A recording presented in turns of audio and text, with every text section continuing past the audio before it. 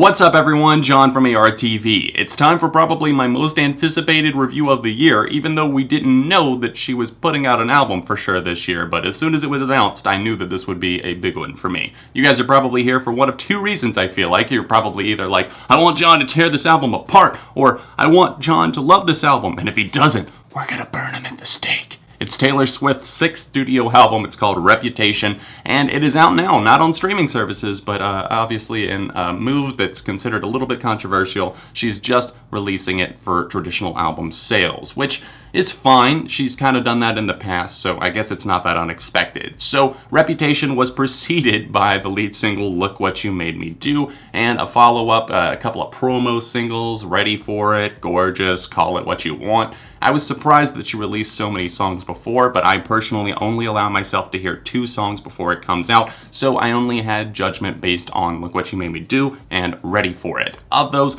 I definitely enjoyed Ready For It a lot more, honestly. Look What You Made Me Do is a very odd song. It samples Right Said Fred's I'm Too Sexy on the chorus, and it's so inconsistent in its tone and the way that it plays out, because the pre-chorus on that track is just kind of a genius pop move. Honestly, I love that. The chiming pianos, but I got smarter, I got harder in the nick of time. It's catchy as hell. But then we shift into that weird, just booming I'm Too Sexy sample because she uses the exact same melody saying, look what you made me do. Look what you just made me do. And it's so repetitive that I just want to burn it to the ground. I cannot stand the majority of that song, even though it oddly has parts that get stuck in my head and has parts that I like. And that's the problem with this album, Reputation. I think that she doesn't exactly know what she's trying to do as a whole, and it pulls in different directions. At one moment she's being petty, at the other moment she's singing about a new love in her life, who we now know as Joe, and that guy is being pulled into the middle of it all. There's many songs that are being speculated they're about him, obviously some about former love Tom Hiddleston,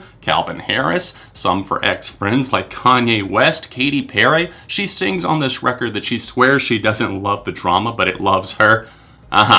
Sure. 1989 was such a great album. It's my personal favorite album from Taylor Swift, and it had such a great, consistent feeling all throughout. It was a callback to the 80s movement and synth pop, and just a really solid album through and through, something that I still consistently listen to songs off of, and I own the album on vinyl. In fact, I own all of her CDs up to this point. This is probably the first one that I will not buy a physical copy for, but I really loved the 1989, so this was going to be a hard sell for me no matter what on a new album. And with this sound, I feel like once again with her reinventing herself, she's kind of following a lot of trends. And back in 2014, whenever 1989 came out, it was a trend at the time to kind of call back to the 80s. And unfortunately, I hate that that trend kind of died out, especially with what's popular now, but now she's moving on to the whole trap percussion type thing in her instrumentals. Not every single one of them, but the kind of minimalist, spacey feel is just not welcomed overall for me on this record. It's inconsistent in its appreciation of a song and what it needs to be in order to get stuck in your head.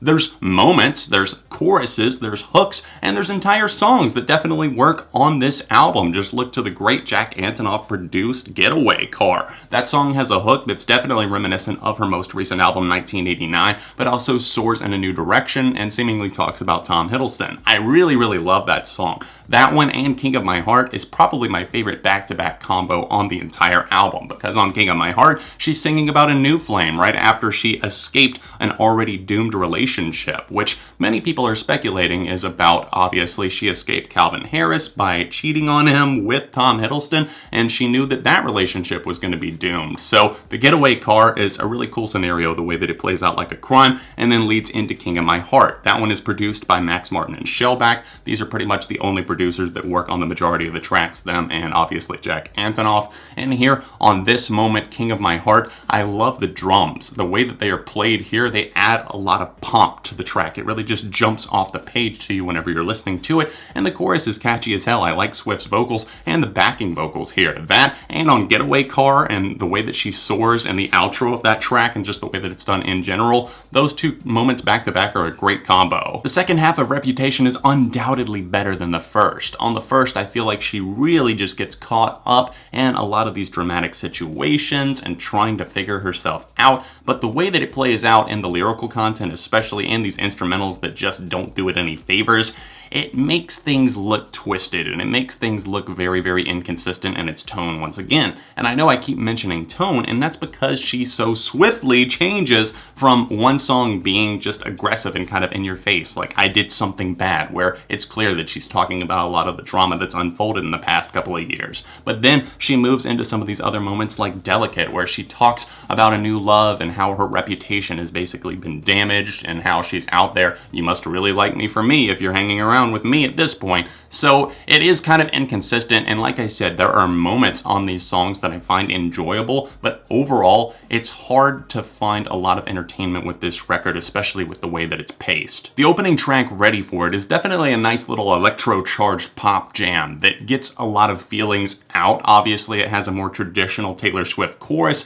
but before that, there's a lot of animosity that I feel like builds up in the tune, and she adds a lot of tension to the moment, and it's definitely viable for her here. I like this song quite enough. I did a track review for this one. That was the last one I heard before the album came out, and I think that still it's one of the better songs on the album. Once again, not fantastic, not totally sold on the whole idea of it, but at the same time, it's very much replayable, and it's something that I'm going to keep coming back to, I feel like. I unfortunately cannot say the same thing for a lot of this album, because right after that we get something like Endgame, which features Future and Ed Sheeran. Now, I mentioned the trap-leaning vibe of a lot of these songs, and I think that that is definitely trying to sell her on more of this dark and faux urban vibe, which is strange, and I feel like Future is brought onto the track Endgame for no other reason other than to sell that vibe of it being an urban style or something like that. And it's an odd choice for collaborators. I honestly think Ed Sheeran is the best thing and the saving grace of this song. Taylor rapping,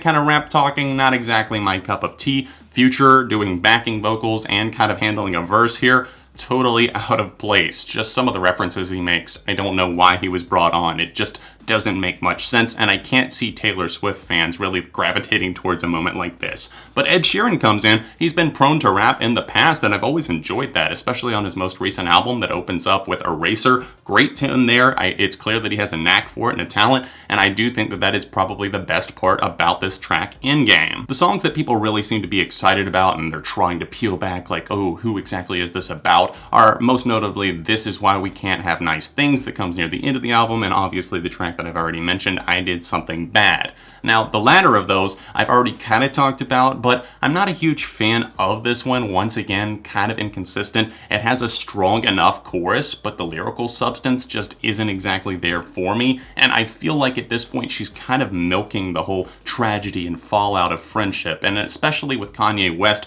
really just going into rehab, having some mental stability problems, just his mental health not being in a good place. This kind of feels like the whole Kid Cudi jab that Drake took on one of his most recent projects. It just feels like slightly in bad taste. Like, I'm not totally condemning her for it, especially like people want to hear her talking about it, but Kanye at this point has pretty much admitted that he's not exactly right in the head, and to kick him while he's kind of down like this, I get it, Kim Kardashian sucks, but Kanye right now I think just needs some room to breathe, and I feel like a lot of Taylor Swift fans are just going to direct hate at him for moments like this, and obviously This Is Why We Can't Have Nice Things. This one in particular, This Is Why We Can't Have Nice Things, talks about her lifestyle that she lived for a while, kind of throwing parties, lots of friends over, and obviously her reputation took a hit in 2016 whenever the whole famous controversy really just came to the light with Kim Kardashian leaking that thing on Snapchat where they had the phone call. Taylor approved the line, "I made that bitch famous. I feel like me and Taylor might still have sex." She pretty much said, "Oh yeah, it's kind of tongue-in-cheek and everything like that," but then later says, "Oh, I didn't understand the context of it and you tricked me," and everything like that. And she sings on This Is Why We Can't Have Nice Things that basically she was tricked. Your friends don't let friends get on the phone and be talked into something.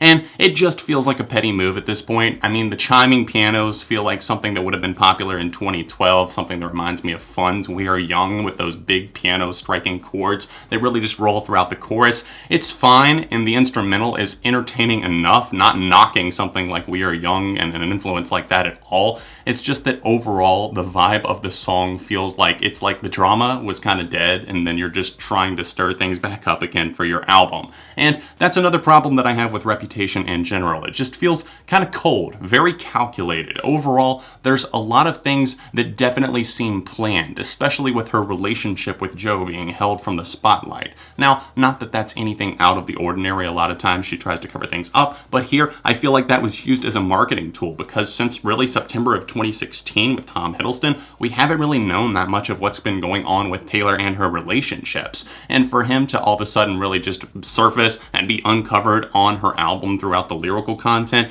we really are given clues all throughout to see that she's very, very happy in this new relationship. And I think that that's something that she was kind of holding and saying, I know that people are going to be interested in this, so I'm going to save it for my album. Not that that's a bad thing necessarily, it's just literally everything that Taylor does I feel like is a marketing move. I feel pretty uncomfortable listening to some of the moments like Dress, where she's talking about having him take it off, that's the reason you bought me the dress in the first place. Just, I know that Taylor Swift, the old Taylor's dead and everything cringy like that, but here it just feels odd to me, especially with fans that have always looked to her as kind of like a role model and somebody who is a little bit more innocent, I suppose, and somebody they could look up to in that regard. It's her life and everything like that, but here she just seems to be going out on a limb for the sake of changing it up and doing something different because she's afraid that everything else is going to be stale and that she has to one-up herself every single time or else the albums aren't going to sell. And that's kind of a weird place to be in. Something like that, and then of course So It Goes, which is another odd one where she talks about kind of drinking, some other things. It's fine, it's okay, but the risque vibe that she tries to sell to this song is not sexy at all. I know to the Taylor Swift diehards and the Swifties watching this video, this has probably seemed like a negative review up to this point. And overall, I can't say that I feel super strongly about it. It's just that there's pieces that work for me, and I do not hate this album. I do not hate it, I do not love it. I'm kind of in the middle somewhere because there's elements that work. It's trying to fit together puzzle pieces that just aren't all there. And that's kind of a tragedy in a way because there are elements that could make this work and there are songs that definitely stand out to me. Another one of those would be Call It What You Want. That is another one where I'm not a huge fan of the lyrical content, especially the My Babies Fly Like a Jet Stream. Ugh.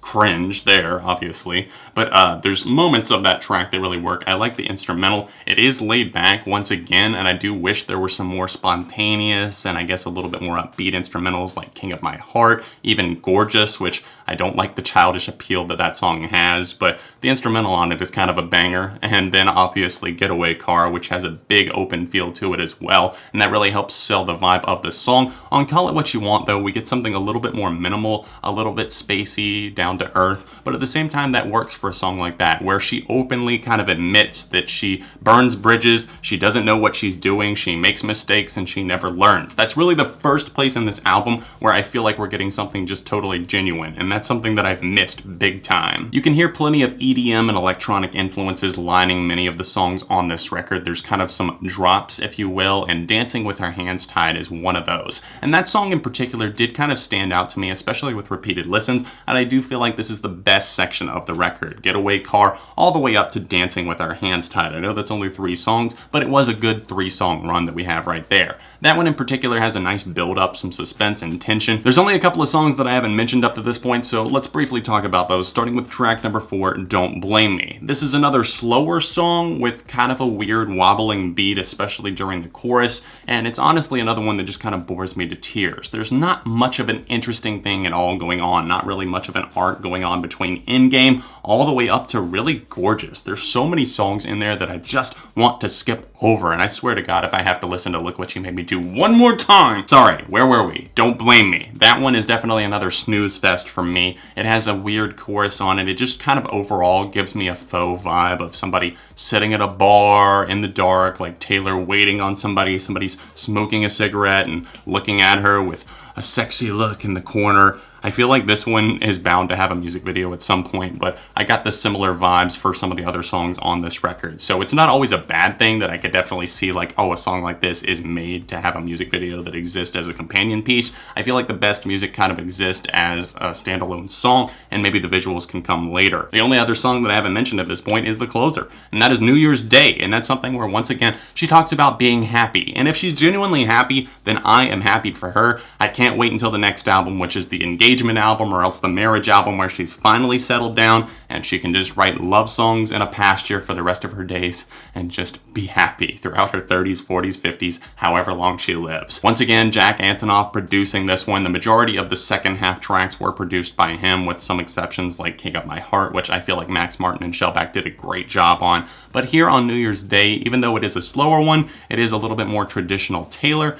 I don't think it's a very good song. And I'm going to tell you why, and I feel like it's because it once again tries to tell you so hard that she is happy. She's trying to tell you something and communicate it in such a strong way that it ends up kind of failing. And her vocals are fine, the piano is fine, it's not a very interesting song. Even something like the closer on her last album, Clean, or some of the other slower moments like All Too Well from Red. There are many other songs in her discography that are slow but stand so much taller. Back to December, Dear John, I could go on. This one doesn't hold up. It doesn't hold a candle to those. And Reputation doesn't hold a candle to her other albums. I own all of her other albums. I'm not going to own this one, I don't think. I don't think that it's going to grow on me like that. When you've got 56 minutes and 15 songs on your hands and you still feel like you're being left a bit empty, something is wrong. And I don't feel like this was a total fail for Swift as a whole, but still, there's a lot of things that could have been improved upon, and there's many songs that could have been cut or else shifted into something else. I'm missing some of the guitars. You don't hear it very often. You can hear it in the background of King of My Heart, but there's really not many places that you can hear many traditional instruments. And overall, I don't really like this faux vibe that much at all. Reputation by Taylor Swift is going to lie right here. 2.5 out of 5 from me. What do you guys think? Please let me know in the comment section down below. And obviously keep in mind that this is just my opinion. I'm not trying to tear her apart or tear her down. So calm yourself over there, and please don't forget to drop a like on the video. If you're able to, support me on Patreon. It really helps me out on a monthly basis to keep making videos like this, and obviously on my second channel, Beyond ARTV as well. Don't miss out over there. I'm doing a lot of other videos, obviously here and there for the year-end season, so make sure you're subscribed to both of my channels. If you want to see why I loved 1989 so much, then please click this annotation right over here, or else tap right over here for my Walk the Moon review. Other than that, you can see me on social media over here at these links linked in the description down below. If you want to see a top 10 Taylor ranked Taylor, please comment it down below, and I'll see you soon right here on ARTV.